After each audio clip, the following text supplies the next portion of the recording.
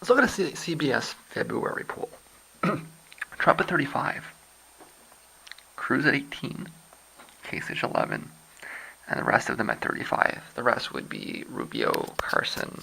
Um, I think that's probably the extent. And then there's undecided and whatever else, right? Now let's look at our March poll.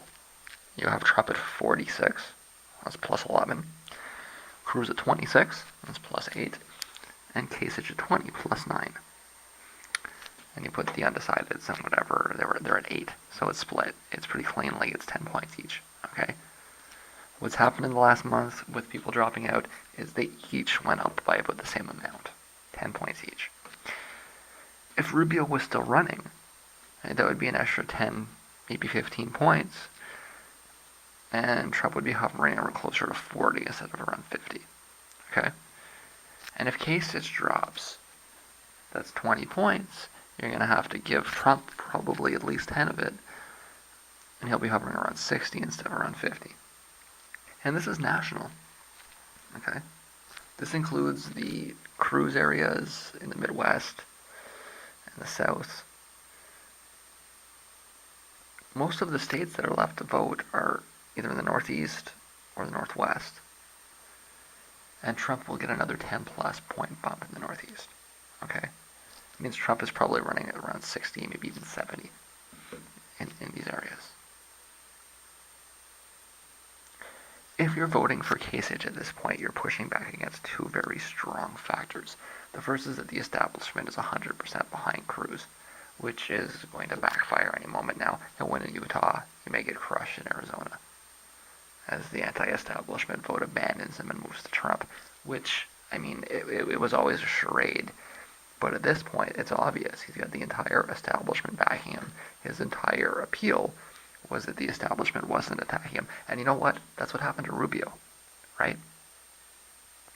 Rubio was the Tea Party candidate. As soon as the banks and the establishment got behind him, he fell apart, and they moved to the what they thought was a more genuine anti-establishment vote candidate, right?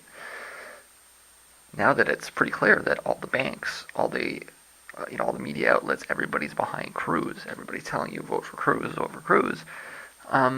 It's going to fall apart, right?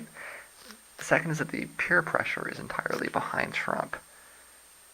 This is where you go right now if you're into mindlessly following the herd.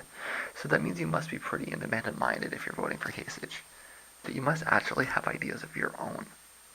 You know who the second choice candidate of John Kasich's supporters is? It's probably Hillary Clinton.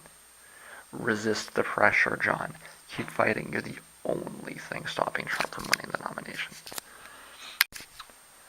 The banks have put their support behind an unelectable candidate. If they want to defeat Trump, they need to drop Cruz immediately and back Kasich. There is a non-zero chance that if they do that, Kasich can win the big Northeast states and take it to the convention. Trump will demolish Cruz in these states one-on-one. They shouldn't even bother. Okay? The person responsible for this mess appears to be Cruz's wife. That's where the finger pointing should be directed. And if they don't do this, they're going to have to fall back on Plan F.